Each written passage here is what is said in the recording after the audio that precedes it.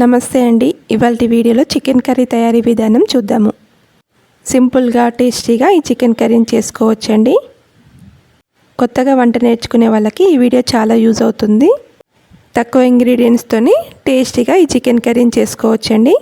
మరి simple and tasty chicken curry తయారీకి ముందుగా ఒక 600 గ్రాముల చికెన్ని తీసుకున్నాను. ఇందులోకి ఉప్పు వేసుకొని శుభ్రంగా కడిగి పెట్టుకోవాలి. ఇప్పుడు ఇందులోకి 3 స్పూన్ల కారం, 1 స్పూన్ ఉప్పును వేసుకోవాలి. ఉప్పు కారం ఎవరి టేస్ట్కి తగ్గట్టు కొద్దిగా ఎక్కువ తక్కువ వేసుకోవచ్చు. ఇప్పుడు ఇందులోకి 1/2 టీ స్పూన్ పసుపు, 1 టీ స్పూన్ ధనియాల పొడి, 1 టీ స్పూన్ అల్లం వెల్లుల్లి పేస్ట్ని వేసుకొని ఇవన్నీ కూడా ముక్కలకి బాగా పట్టేలాగా కలుపుకోవాలి. ఈ విధంగా ఒక 2-3 నిమిషాల పాటు బాగా కలుపుకొని పక్కకు పెట్టుకోవాలి. వీలైతే ఒక అరగంట పాటు ఫ్రిడ్జ్లో పెట్టుకుంటే బాగుంటుంది.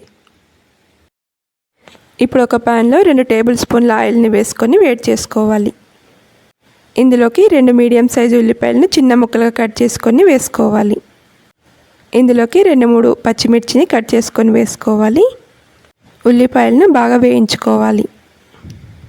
ఇందులోకి 1 టీ స్పూన్ అల్లం వెల్లుల్లి పేస్ట్, 1/2 టీ స్పూన్ పసుపును వేసుకొని బాగా కలుపుకోవాలి. అల్లం వెల్లుల్లి పేస్ట్ పచ్చి వాసన పోయే వరకు వేయించుకోవాలి. ఉల్లిపాయలు బాగా ఫ్రై అయిన తర్వాత ఇందులోకి చికెన్ ముక్కల్ని వేసుకొని కలుపుకోవాలి.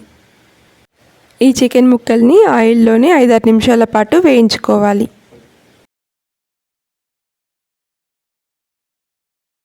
చికెన్ ముక్కలు ఆయిల్లో బాగా వేగిన తర్వాత మూత పెట్టుకొని 5-6 నిమిషాల పాటు ఉడికించుకోవాలి.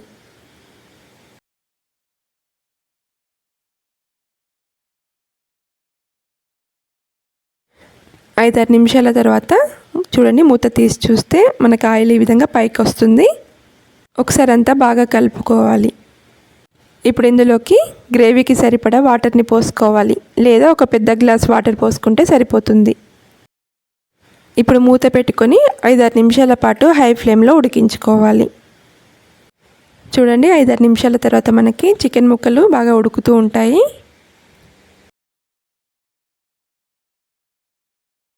ఇప్పుడు ఇందులోకి 1/2 టీ స్పూన్ ధనియాల పొడి, 2 స్పూన్ల కొబ్బరి పొడిని వేసుకోవాలి. అలాగే 1/4 టీ స్పూన్ గరం మసాలా పొడి. ఇప్పుడంతా ఒకసారి బాగా కలుపుకోవాలి. 5-6 నిమిషాల పాటు కలుపుకుంటూ ఉడికించుకోవాలి. చివరగా కొత్తిమీర వేసుకొని స్టవ్ ఆఫ్ చేసి సర్వింగ్ బౌల్లోకి తీసుకోవాలి. ఇందులోకి టమాటా, పెరుగు లాంటివి ఏమీ వేయకున్నా కూడా ఈ కర్రీ చాలా టేస్టీగా ఉంటుందండి. తప్పకుండా ఈ విధంగా ఒకసారి ట్రై చేసి చూడండి. మీకు ఈ వీడియో నచ్చితే లైక్ చేసి మరిన్ని మంచి రెసిపీస్ కోసం నా ఛానల్ని సబ్స్క్రైబ్ చేసి పక్కనే ఉన్న బెల్ ఐకాన్ని ప్రెస్ చేయండి. Thank you for watching.